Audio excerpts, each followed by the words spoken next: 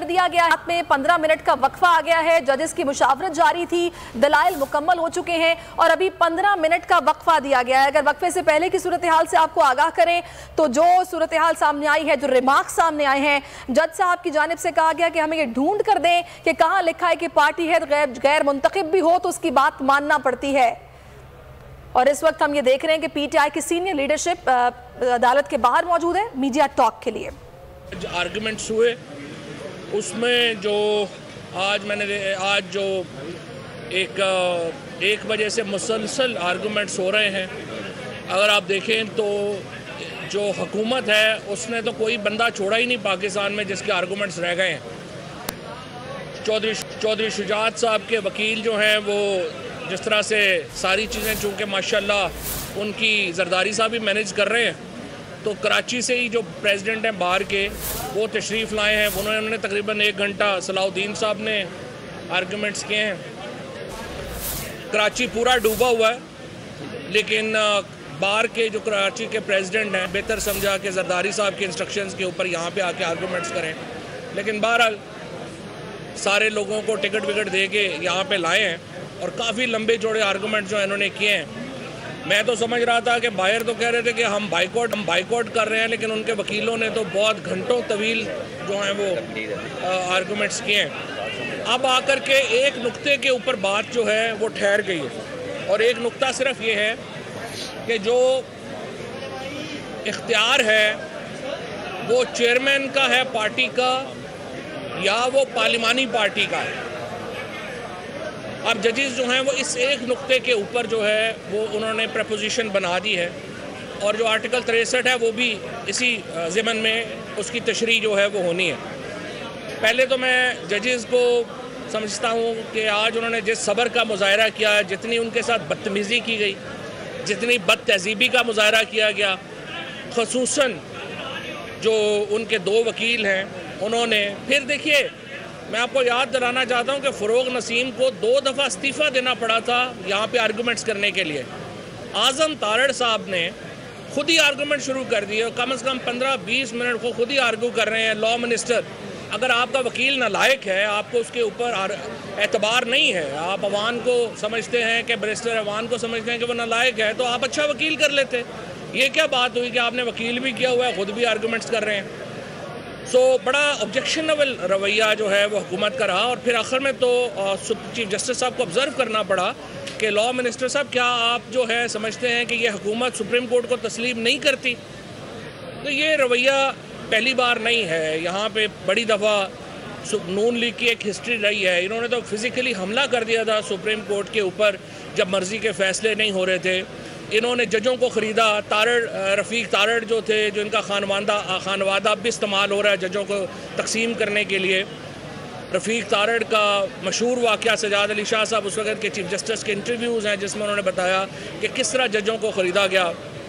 फिर सारे ही आपके सामने मलक क़यूम साहब का और इनकी जो एक पूरा जुडिशरी के साथ जिस तरह उन्होंने इस्तेमाल किया, जिस तरह बेंच फिक्सेस किए, वो एक हिस्ट्री है।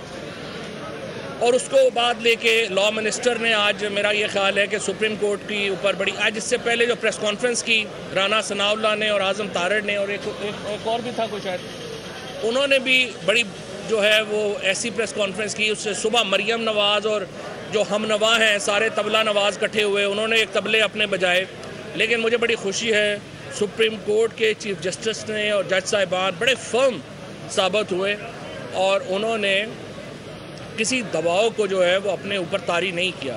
यही हम एक्सपेक्ट करते हैं जजेस से। उन्हें किसी भी पार्टी के दबाव में नहीं आना चाहिए, चाहे कोई भी सियासी जमात हो, उसके जत्थों के दबाव में आके तो फैसले नहीं हो सकते। और अगर जत्थों ने फैसले करने हैं तो फिर तो सुप्रीम कोर्ट का इदारा तो ख़त्म हो जाएगा, फिर तो जत्थे फैसले करेंगे। तो बहुत मुस्बत तरीके से ये आज प्रोसीडिंग्स आगे बढ़ी हैं। अब आकर के ये मैं समझता हूँ कि पाकिस्तान की जमहूरियत के लिए, ये मेरा ज़ाती राय है कि पार्लिमानी पार्टी को ये इख्तियार देना पाकिस्तान की जमहूरियत के लिए बहुत बड़ा लीप फॉरवर्ड होगा। एक जो पार्टी का जो सरबराह है उसकी आमरीत ख़त्म होगी, पार्टी का जो पार्लिमानी पार्टी है वो मजबूत होगी, उसके नतीजे में जो इख्तियारात हैं पार्लिमानी पार्टी के उसको मिलेंगे। हमारा ज़ाहिर मौक़िफ़ यही है कि ये जो इख्तियार है डी सीट करने का, ये पार्लिमानी पार्टी का है। और उसके ऊपर बड़े तवील गुफ्तगू हुई है। 15 मिनट का जो है वो वक्फा हुआ है। मुझे पूरी उम्मीद है कि आज जो है ये जजमेंट जो है वो होगी।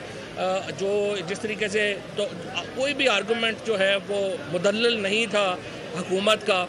उन्होंने बड़े बड़े वकील किए, करोड़ों रुपए खर्चे, बाहर के प्रेसिडेंट्स को यहाँ पे लाया गया और काफ़ी ख़र्चा जो है हुकूमत ने किया, लेकिन कोई दलील में वज़न नहीं था। तो मुझे उम्मीद यही है कि फ़ैसला जो है वो आज हो पाएगा और हम उसी का इंतज़ार कर रहे हैं। फ़ारूक हबीब, देखें जी, 12 करोड़ का सूबा है, 12 करोड़ का आबादी का सूबा है, पाकिस्तान का 60% है और पिछले 3 माह से तकरीबन वहाँ पर एक जाली वज़ीर आला बैठा हुआ है। अब कितनी देर जो है वो ट्रस्टी वज़ीर आला जो है वो एक सूबे की गवर्नेंस को चला सकता है।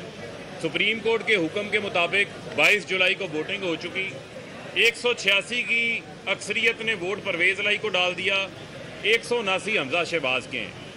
अब अगर इनके हाथ से पंजाब का इक़्तिदार निकल गया है तो उसका फ़ैसला पाकिस्तान की पंजाब की आवाम ने इंतखाबात से किया है। पहले इन्होंने लोटों के ज़रिए हुकूमत बनाई थी, वो लोटे सारे कबाड़खाना चले गए और अवामी नुमाइंदों ने आकर अपने वोटों के ज़रिए परवेज़ लाई को वज़ीर आला मुंतखब कर दिया।